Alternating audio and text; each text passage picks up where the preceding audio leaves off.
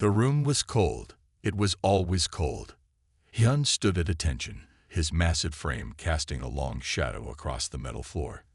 At 7 feet tall, he towered over the 3 Alliance officers who circled him like scientists examining a lab specimen. "Weapon status?" asked the first officer, not looking at Hyun's face, but instead at the tablet in his hands. "Operational, sir," Hyun answered. His voice was deep but empty of emotion. They had engineered that out of him. "Combat readiness, 100%, sir." The second officer nodded and made a note. None of them called him by name. To them, he was Asset H7, the 7th successful prototype from Project Titan. Hyun was just the designation on his file. Captain Kang, the third officer, was different from the others.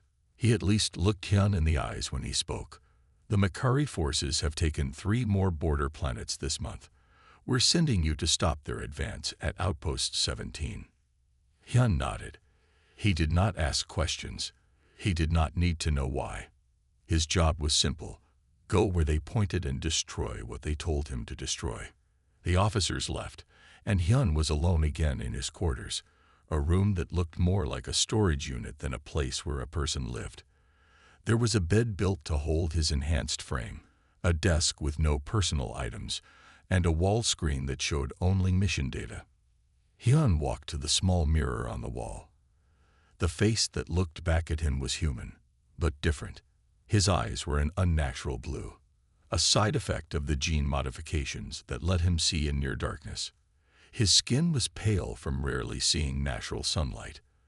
The scars on his face and neck were from the early training, before his enhanced healing had been perfected. He remembered little of his creation. There were flashes of bright labs, pain, and the constant voice of Dr. G telling him he was the future of warfare. The perfect soldier, she had called him. War without weakness. Hyun turned away from the mirror. He did not like to look at himself for too long. His comm unit beeped. It was time to prepare for deployment. With practiced movements, Hyun began to put on his combat suit, a black armor system that linked to his nervous system. Each piece locked into place with a hiss until he was fully covered except for his head. The armor made him even larger, more inhuman. The Makari had names for him in their language. The Alliance troops who fought alongside him had names for him too. The Reaper, the monster, the thing that walks like a man. Hyun didn't care what they called him. Names were for people. He was a weapon. As he walked through the halls of the Alliance battleship, soldiers moved out of his way. Some looked at him with fear, others with awe. None looked at him as an equal. In the hangar bay, a dropship waited. Inside were 20 elite soldiers who would accompany him on the mission. They fell silent when he entered. One young soldier, new to the unit, stared openly at Hyun. "Is it true?" The young soldier whispered to his companion. "That it killed 300 Makari troops in one day on Vega Prime." 500, another soldier corrected. "And don't call it where it can hear you." Hyun took his seat. The numbers were wrong. It had been 712 Makari soldiers on Vega Prime. He remembered each one. His enhanced brain wouldn't let him forget. The dropship engines roared to life. Hyun closed his eyes as the ship launched. Another battle. Another world. More killing. It was all he knew, all he was made for. But sometimes, in the quiet moments between missions, Hyun wondered if there should be more. The thought never lasted long. They had engineered those thoughts out of him too. Or at least, they thought they had. The dropship shook as it entered Elora's atmosphere. Hyun checked his weapons one last time. His main rifle was locked to his armor. 2 heavy pistols sat in holsters at his sides. Knives were hidden in compartments throughout his suit. 5 minutes to landing zone, the pilot announced. Makari ships are everywhere. This won't be easy. Commander Lee stood up and addressed the squad. "Listen up. Our mission is simple but critical. Get the Elleran scientists out before the Makari capture them. These scientists know things that could change the war." The soldiers nodded.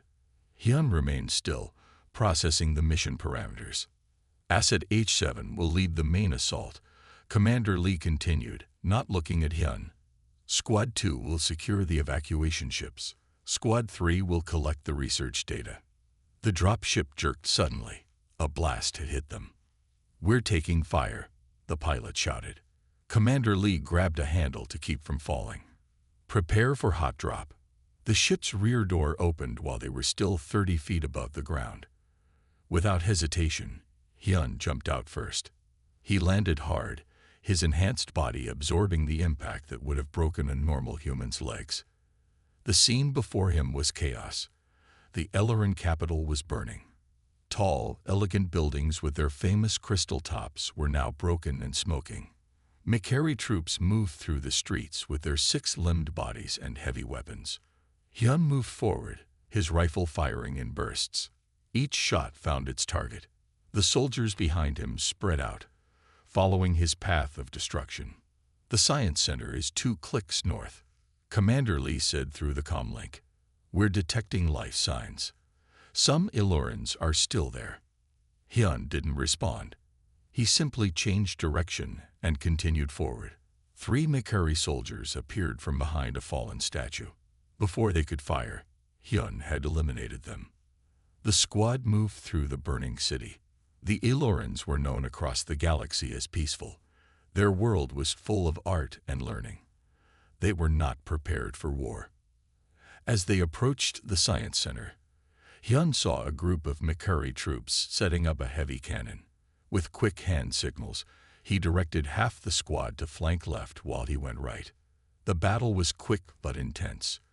Hyun moved like a shadow between cover, each movement bringing death to the enemy. When it was over, 20 Makari lay dead. 2 Alliance soldiers were wounded. Get inside, Commander Lee ordered. We don't have much time. The science center was mostly intact. Inside, they found 30 Elleran scientists hiding in a secure room. The Illorans were tall, slender beings with pale blue skin and large, expressive eyes. They looked at the human soldiers with relief, but when Hyun entered the room, their relief turned to fear. One of the Illorans spoke in perfect human language. You brought the Reaper. His voice shook. We have heard stories. Commander Lee cut him off. He's here to save your lives. Now move to the transports. As they escorted the scientists out, Makari reinforcements arrived. The battle intensified. Hyun held the rear position, allowing the others to get ahead with the scientists. A massive explosion rocked the area. Part of a building collapsed, separating Hyun from the rest of the squad. H7, report. Commander Lee called through the damaged comlink. Path blocked. Hyun replied, his voice calm despite the chaos around him. Continue to extraction point. I will find another way. Negative. We need. The comlink went dead. Hyun was alone, cut off from his squad, in the middle of enemy territory. He calculated his options. The mission was to protect the scientists. The squad could do that now. His new mission was to survive and rejoin Alliance forces. He turned to find another path, but a blast hit him directly. His armor took most of the impact, but the force threw him through a wall. Pain registered throughout his body. Damage warnings flashed in his vision. As consciousness faded, Hyun saw a Makari squad approaching. For the first time in his existence, he faced something new, defeat. Pain brought Hyun back to consciousness. This was unusual. His body was designed to block pain during combat. The fact that he felt it meant his systems were badly damaged. He opened his eyes slowly. He was not dead. He was not captured. Instead, he lay on a soft surface in a dim room. The ceiling above him was made of curved blue material typical of Elleran architecture. Hyun tried to move but stopped when fresh pain shot through his body. A voice came from nearby. Please don't move. Your wounds are still healing. Hyun turned his head to see an Elleran standing nearby. She was smaller than most of her kind, with the typical blue skin and large eyes. Her white hair was tied back from her face. Who are you? Hyun's voice was rough. His throat felt dry. My name is Ara. I'm a medical student. She approached cautiously, carrying a container of water. You were badly hurt. The Macquarie left you for dead. Hyun assessed the situation. His armor had been removed. His weapons were gone. He was injured and vulnerable. This was not acceptable. Where is my equipment? He asked. It was too damaged to save, Era said. She offered him water. Most of it was melted to your body. I had to cut it away to treat your burns. Hyun drank the water. His enhanced mind raced through possibilities. The Macquarie thought he was dead. The Alliance had left. He was stranded on a conquered planet with an Elloran civilian. Why did you help me? He asked. Era tilted her head, a gesture Ellorans made when considering a question. Because you needed help. You know what I am. It wasn't a question. Yes, the Reaper, the human weapon. Era's large eyes studied him. But you were dying, and I am a healer. My oath doesn't allow me to choose who deserves care. Hyun had never encountered this logic before. In war, enemies were eliminated, not saved. Allies were useful until they weren't. No one had ever helped him simply because he needed help. The evacuation ships, did they get away? He asked. Era nodded. Yes. 3 ships left before the Macquarie locked down the spaceport. They carried many of our scientists. Then the mission was successful. Hyun felt a strange sense of relief. This, too, was unusual. He normally felt nothing after a mission, only readiness for the next task. Your people left you behind, Era said softly. I am equipment. Retrieving me was not the mission objective. Era's expression changed. Hyun recognized it as shock, though he rarely paid attention to the emotions of others. You're not equipment. You're a person. Hyun didn't respond. The concept was foreign to him. A loud explosion sounded in the distance. Era moved quickly to a window and looked out. Macquarie patrols are searching the city sector by sector, she explained. They're destroying buildings as they go. We need to move soon. Hyun tried again to sit up. This time he managed it despite the pain. He assessed his injuries. Burns covered much of his left side. His right leg had been broken, but was already healing thanks to his enhanced body. How long was I unconscious? He asked. 3 days, Era answered. I thought you would die the first night. Your body heals in ways I've never seen before. Hyun stood carefully, testing his weight on his injured leg. It would hold. We need to leave, he said. If they find you helping me, they will kill you. Era gathered some supplies into a small bag. I know a place we might be safe. An old research station in the hills. It's abandoned now. Hyun looked at this small alien who had saved his life, something no one had ever bothered to do before. She was now in danger because of him. This created a new mission parameter in his mind. I will protect you, he said. Era looked up at him, her large eyes unafraid despite standing before the galaxy's most feared weapon. And I will help you heal, she replied. We'll protect each other. This concept, mutual protection rather than strategic value, was new to Hyun. As they prepared to leave the ruined city, he realized he had entered unknown territory, more foreign than any battlefield he had ever faced. The journey to the research station took 3 days. Hyun and Era traveled only at night, hiding during daylight hours when Macquarie patrols were most active. Hyun's injuries slowed them down, but his body was healing faster than a normal human's would. How much further? Hyun asked as they rested in the hollow of a fallen tree. The forests of Elora were strange to him, with purple leaves and blue bark. Everything on this world seemed calm and beautiful, even in war. We should reach it tomorrow night, Era replied. She was checking his wounds, her cool fingers gentle on his burned skin. Your healing is remarkable. The burns are almost gone. Hyun watched her work. In his 15 years of existence, no one had ever touched him with gentleness. Doctors examined him. Technicians repaired him.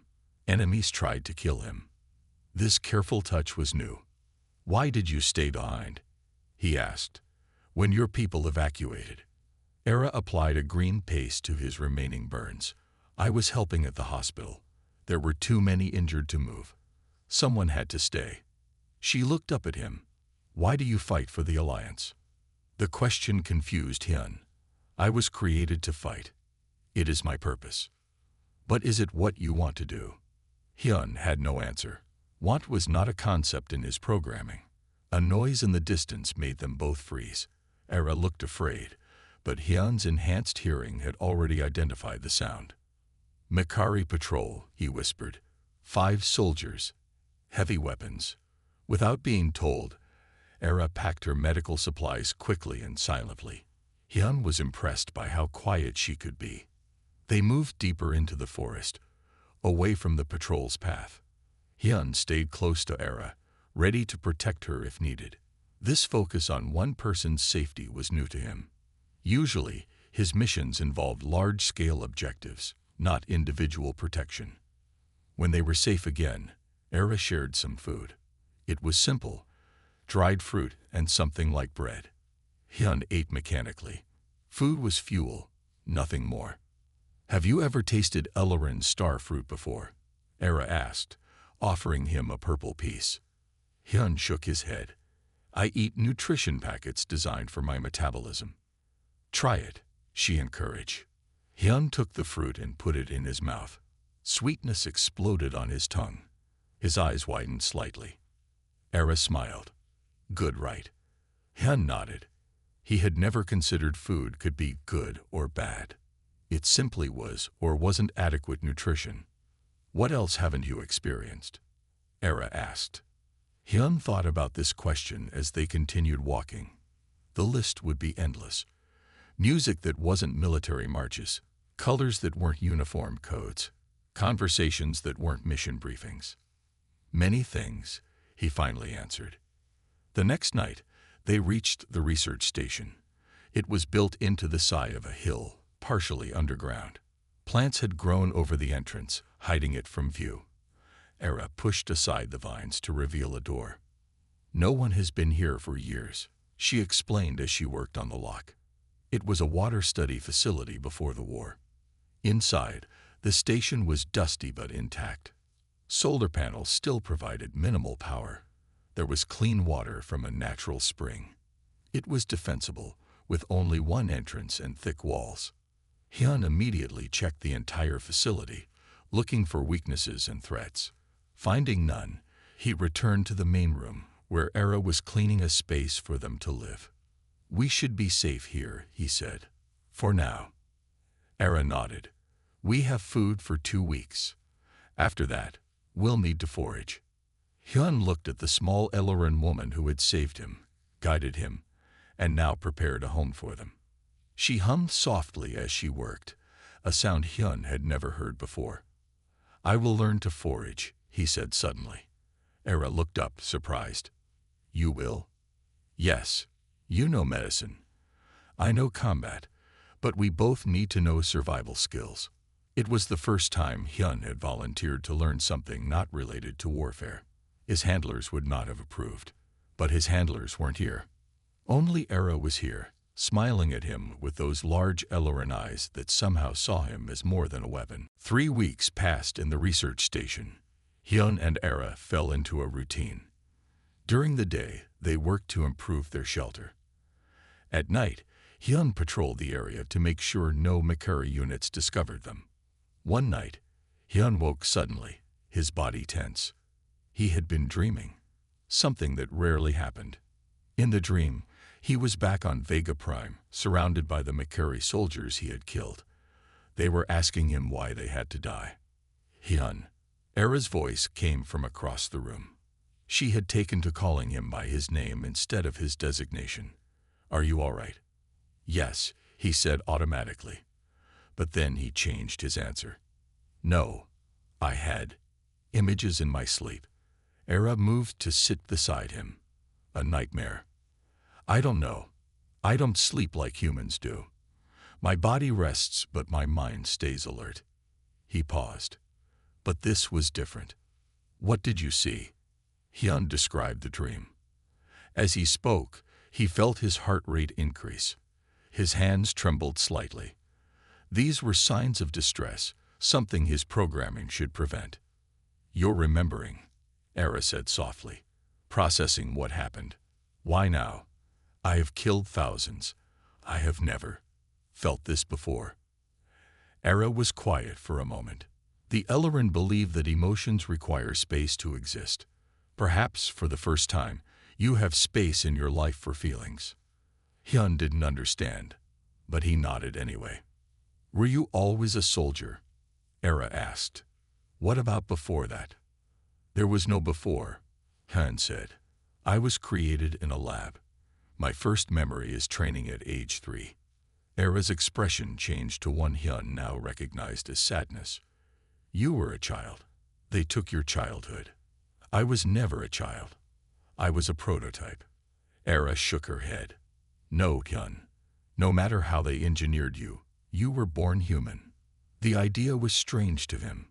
Human. He had always known he was genetically human, but he had never considered what that meant beyond his physical form. The next day, Hyun found Era sitting outside, her eyes closed and her breathing slow and even. "What are you doing?" he asked. "Meditating," she answered without opening her eyes. "It helps clear the mind and control emotions. Would you like to learn?" Hyun sat beside her. "My programming controls my emotions." "Does it? Or does it just push them down where you can't feel them?" Hyun thought about the nightmare, about the trembling in his hands. "Show me how to meditate." Era taught him to focus on his breathing, to let thoughts come and go without holding on to them. At first, Hyun found it pointless, but after several days of practice, he noticed a difference. The nightmares still came, but they didn't shake him as badly. One evening, as they ate dinner, Era asked, "Do you have any happy memories?" Hyun started to say no, but then stopped. "Once, when I was very young, maybe 4 years old, a scientist gave me a small toy. A model spaceship. I was allowed to keep it for 1 day before they took it away. They said attachments to objects were not acceptable for a weapon." Era reached out and touched his hand. "That was cruel." "It was logical," Hyun said, but he wasn't sure he believed that anymore. Later that night, Hyun found Era working with some metal scraps. "What are you making?" he asked. She smiled and held up a small, crude model of a spaceship. "It's not very good. I'm a doctor, not an artist." Hyun took the model carefully. It was simple, barely recognizable as a ship, but something inside him responded to it in a way he couldn't explain. "Thank you," he said, his voice unusually quiet. That night, Hyun dreamed again, but this time, instead of the dead, he saw a child version of himself, playing with a toy spaceship. When he woke, he found his face was wet. He touched the moisture, confused. Weapons didn't cry, but perhaps humans did. 2 months had passed since Hyun and Era found the research station. Spring had come to the Ellerin forests, bringing new foods to gather in warmer days. Hyun's wounds were fully healed. His strength had returned, but he had not left Era to rejoin the war. One morning, as Hyun returned from checking his simple animal traps, he found Era looking worried. "What's wrong?" he asked, setting down the small creatures he had caught. "I saw a McCurry ship fly over while you were gone," she said. "It was low, using scanners. I think they're looking for something specific." Hyun grew still. "They're looking for me." "Why would they still be searching after all this time?" "Because I am valuable technology," Hyun explained. "The Alliance spent billions creating soldiers like me. The McCurry would want to study me, copy the process." Era looked horrified. "You're not technology. You're a person." Hyun had started to believe this himself, but now his old training returned. "We need to prepare. If they've detected signs of life here, they'll send ground troops to investigate." They spent the day hiding evidence of their presence. Hyun dug a small shelter under the floor where Era could hide if soldiers came. He found his calm, tactical mind returning easily, like slipping on an old, familiar coat. "What about you?" Era asked. "Where will you hide?" I won't, Hyun said simply. If they come, I will lead them away from here. That's too dangerous. I was made for danger. His voice had changed, becoming flatter, more like it had been when they first met. That night, Hyun's sharp hearing picked up the sound of engines. From the ridge above their shelter, he saw 6 McCurry soldiers moving through the forest with tracking equipment. They were still a mile away, but heading directly toward the station. He moved quickly back to Era. They're coming. Get in the hiding place. Come with me, she pleaded. We can both hide. No. They will find us both. I need to draw them away. He helped her into the small space beneath the floor. Stay quiet. Don't come out until you're sure it's safe. Era grabbed his hand. Promise you'll come back. Hyun hesitated. Promises were not part of his programming. But he nodded. I will try. He left the station and moved through the forest, deliberately making noise to draw attention. When he was far enough away, he broke into a run. The McCurry scanners would detect him. It worked. Soon he heard the soldiers changing direction, following him. Hyun led them deeper into the forest, away from Era. When they were far enough, he stopped and waited. It was time to end this. The 6 McCurry soldiers emerged from the trees. They were tall, their bodies covered in armor that protected their 6 limbs. They carried energy weapons designed to disable rather than kill. Human detected, one said in the common language. Surrender for capture. Hyun said nothing. He had no weapons except a simple knife he used for hunting. But he didn't need weapons. What happened next was a blur of violence. Hyun moved with speed and precision, honed through years of combat. His body remembered what to do even if his mind had begun to change. The first 2 McCurry fell before they could fire. The third got off a shot that grazed Hyun's arm. The 4th and 5th died together as Hyun used one's weapon against the other. The last one managed to call for backup before Hyun silenced him. When it was over, Hyun stood surrounded by dead McCurry soldiers. Blood dripped from his hands. His breathing was even, his heart rate normal. The perfect soldier. He heard a small noise and turned quickly, ready to kill again. Era stood at the edge of the clearing. She had followed him despite his instructions. Her eyes were wide as she stared at the carnage around him. For the first time, Hyun saw fear in her eyes when she looked at him. Not fear for him, but fear of him. This is what I am, he said quietly. Era backed away slowly, then turned and ran into the forest. Hyun didn't follow. The monster that everyone feared had returned. And now Era had seen it too. For 3 days, Hyun stayed away from the research station. He made a simple camp high in the mountains, where he could see any approaching ships. The McCurry would send more soldiers to find their missing patrol. He needed to be ready. But no ships came. Instead, rain fell, heavy and cold. Hyun sat under a makeshift shelter, letting the rain wash over him. He had been trained to ignore weather, to function in any conditions, but now he found himself listening to the sound of raindrops, watching how they made the world look different. He wondered where Era was, if she was safe, if she was afraid. On the 4th day, Hyun saw a small figure climbing the path to his camp. He recognized Era's movements immediately. Part of him wanted to leave before she arrived. He didn't want to see fear in her eyes again. But he stayed. Era reached his camp, soaked from the rain. She stood at a distance, looking at him. You didn't come back, she said. You ran from me. I needed time to think. Era took a step closer. I've never seen anyone killed before. Hyun looked down at his hands. Now you know what I am. Yes, I know what they made you to be. She took another step. But that's not all you are. Hyun looked up, confused. You were afraid of me. I was afraid of what I saw. But I've been thinking about it. Era came closer and sat down near him, though not too close. Did you want to kill those soldiers? The question surprised him. Want? No. I did what was necessary to protect you. If you had a choice, would you have found another way? Hyun had never considered this. Options were not part of his training. Efficiency was all that mattered. I don't know. No one has ever asked what I want. That's why I came back, Era said. I realized something about you, about why you're different from what they tried to make you be. What? You can choose. She looked at him intently.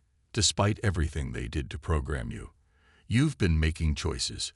You chose to protect me. You chose to learn new things.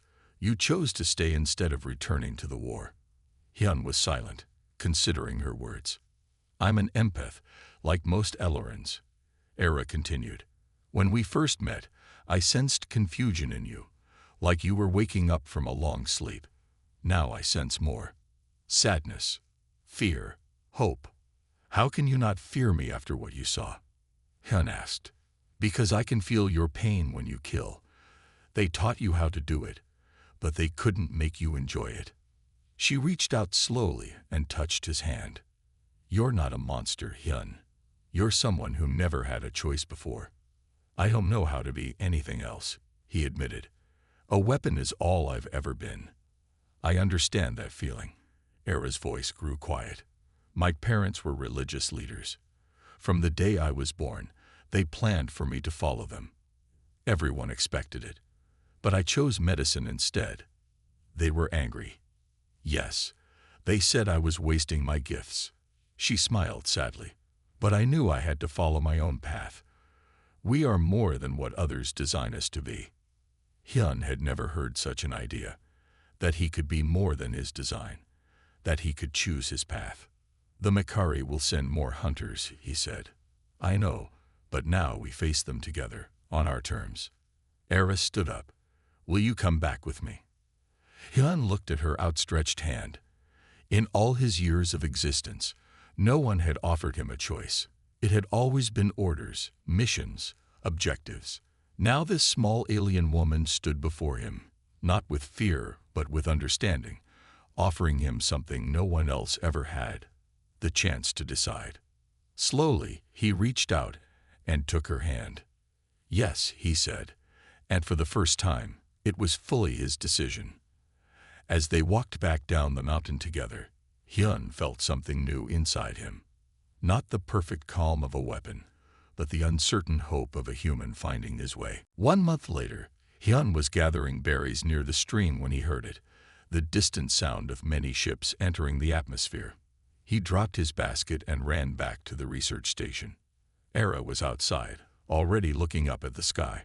Alliance ships, Hyun said, his enhanced vision identifying them easily. Many of them. They're launching a counterattack. Hope flashed across Era's face. They've come to take back our world. Yes. Hyun felt strange. He should be glad. The Alliance was his side. But he felt uncertain. We need to reach them. They packed quickly. Food, water, and Era's medical supplies. As they prepared to leave, Hyun picked up the small metal spaceship Era had made for him and tucked it into his pocket. The journey would be dangerous. The Makari would be moving their forces to meet the Alliance attack. Hyun and Era would be caught between the two armies. If we follow the river valley, we might avoid the worst fighting, Era suggested, studying a map of the region. Hyun nodded. The Alliance will establish a base near the capital. We'll head there. They traveled fast, stopping only when necessary. Twice they had to hide as Makari patrols passed nearby. The sounds of battle grew louder each day. Explosions, energy weapons, the roar of ships overhead. On the third day, they reached a ridge overlooking a wide valley. Hyun could see Alliance positions 3 miles ahead. We're almost there, he told Era. By nightfall, we can. He stopped, grabbing Era and pulling her down behind a rock. A Makari transport had landed in the valley below them. Soldiers poured out, setting up positions. Among them was a figure larger than the others, wearing an ornate armor suit. A commander, Hyun whispered, high rank. Can we go around them? Era asked. Hyun studied the terrain. It would take days. Our best chance is to wait until dark, then move quietly through that narrow pass. They waited as the sun set. The Makari set up lights around their camp, making the darkness beyond even deeper. When the night was at its darkest, Hyun led Era down the steep path toward the pass. They were halfway through when a light suddenly blinded them. A Makari patrol had been hidden in the rocks. "Run!" Hyun pushed Era forward as he turned to face the soldiers. His body fell into its combat routine. He took down 3 soldiers quickly, but more were coming. He fought his way after Era, catching up to her as she reached the end of the pass. "We're almost clear," he said. Then the ground in front of them exploded. When the dust settled, the Makari commander stood before them, 6 arms holding different weapons. "The human weapon," the commander said in a harsh voice. "How fortunate. You will make an excellent prize." Hyun put himself between the commander and Era. In the past, he would have attacked immediately, relying on his berserker programming to overwhelm any enemy. But that would mean abandoning Era. Instead, he stayed protective, focused. "Stand aside," the commander ordered. "We want only the human." "No," Hyun said simply. The commander fired. Hyun dodged, but the shot hit Era. She fell with a cry of pain. Rage filled Hyun, but not the mindless battle fury of his programming. This was different, controlled, precise. He attacked the commander with calculated moves, targeting weak points in the alien's armor. The fight was brutal. The commander was skilled and had better weapons. Hyun took several hits, each one slowing him, but he didn't stop until the commander lay defeated. He rushed to Era's side. The wound was bad. She needed medical help quickly. In the distance, Hyun could see Alliance troops moving toward them, drawn by the fighting. But they wouldn't arrive in time. He looked down at Era, then at the approaching Makari reinforcements coming to help their commander. Hyun made his decision. He lifted Era gently and carried her toward the Alliance lines. When the Makari called for him to surrender, he placed her behind a rock formation where she would be safe but visible to the advancing Alliance troops. "They will find you," he told her. "They will help you." "What are you doing?" Era asked weakly. "Making a choice," Hyun said. Then he turned and walked toward the Makari, hands raised in surrender. Hyun walked toward the Makari soldiers, his hands raised. Behind him, Era lay hidden but safe. This was his choice, his sacrifice. For the first time, he was using his life to save another, not to take life away. The Makari surrounded him, weapons ready. The injured commander limped forward. "Bind him," the commander ordered. "Prepare for transport." As they placed heavy restraints on his arms, Hyun heard a sound from above. He looked up to see Alliance drop ships descending fast. Too fast for a normal approach. A voice boomed from the lead ship. "Release the human. You are surrounded." The Makari raised their weapons, but it was too late. Alliance soldiers in black armor dropped from the ships, firing with precision. Hyun recognized the tactics immediately. These were special forces, the kind he used to lead. In moments, the Makari were defeated.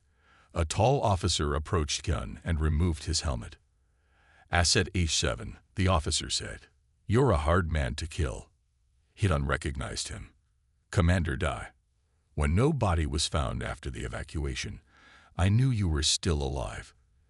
Dai ordered the restraints removed. "The Alliance doesn't abandon its best weapon."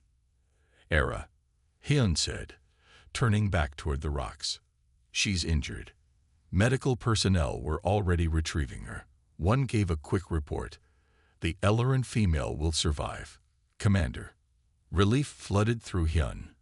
He watched as they carried Era to a medical ship. "You've been missing for nearly 6 months, Dai said. "The war has turned. We're pushing the Makari back on all fronts." He looked Hyun over. "You seem different." "I am different," Hyun answered simply. 3 days later, Hyun stood in a meeting room on the Alliance command ship. Generals and scientists surrounded him, asking questions about his time on Elora. Asset H7 performed exceptionally, one general said. His combat data shows continued effectiveness despite isolation. He should be redeployed immediately, another added. The Makari front in the Talon sector needs attention. They spoke as if Hyun wasn't there, as they always had. But this time, Hyun spoke up. No. The room fell silent. The general stared at him in shock. What did you say? I said no. Hyun's voice was calm but firm. I will not be deployed again. The scientists exchanged worried looks. The programming is degrading, one whispered. We need to reset the behavioral controls. Commander Da, who had been quiet until now, stepped forward. Or perhaps it's evolving. He turned to the others. I've reviewed all mission data. H7 showed not just combat effectiveness on Allura, but strategic thinking, adaptation, and independent operation. These are valuable traits. He's equipment, the general insisted. Valuable alliance property. He saved my life, a new voice said. Everyone turned. Ara stood in the doorway, still wearing medical bandages but standing straight. Commander Dai had allowed her to attend. He chose to surrender himself to save me, Ara continued. That's not the action of a weapon. That's the action of a person. Day nodded. The Ellerin is right, and I believe this evolution makes H7, makes Hyun, more valuable, not less. The debate lasted for hours.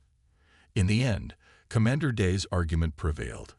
Hyun was granted provisional personhood status, the first of the Titan supersoldiers to receive such recognition. 1 month later, Hyun stood on the newly liberated Ellerin homeworld. The rebuilding had begun. He wore simple clothes instead of armor, though his size and bearing still marked him as different. Ara worked beside him, helping organize medical supplies for refugee camps. She had chosen to stay on her homeworld to help her people rebuild. A small Ellerin child approached, staring up at Hyun with wide eyes. Are you the monster from the stories? The child asked innocently. Before Hyun could answer, Ara knelt beside the child. No, she said, smiling up at Hyun. He's just a human who found his humanity in the most unlikely place, a war that was supposed to take it away. Hyun looked at Ara, then at the rebuilding city around them. He reached into his pocket and touched the small metal spaceship she had made him. Once, he had been a perfect weapon. Now he was an imperfect human. And that, he had learned, was the greater thing to be.